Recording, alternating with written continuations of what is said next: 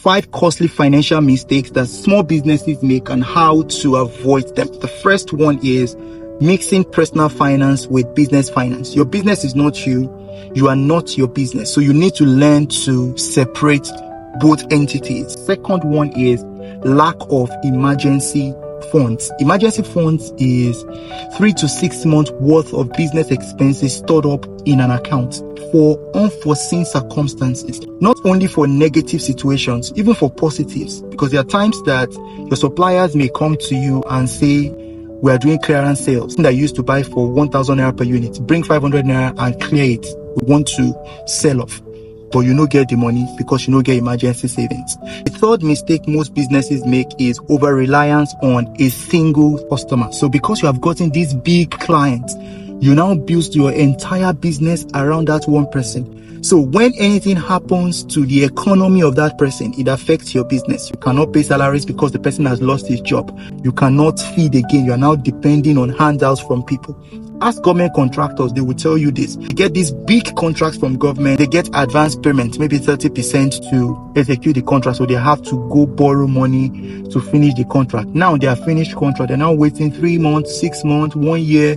They are going up and down to different ministries, following up on the payment. The payment is not coming. They are owing. The loan is accruing interest. They can't pay their worker salaries. It's a messed up situation. You're not supposed to build a business like that. Business is built around many customers. The next mistake most businesses make is waiting until the taxman shows up. As a rule of thumb, when you get to a new location, maybe you have a brick and mortar store and you open at a location, the first job is to go to the local government closest to that place. Go to the closest tax office. Just find out what are the applicable rates based on the kind of business that you run, so you can set them once and for all. It's not a good thing that they will now start disrupting your business. You are attending to a customer, someone will now walk in and say, we are from local government. They will now be sealing your shop. The last mistake most businesses make is inappropriate or improper costing. A lot of people who claim to be running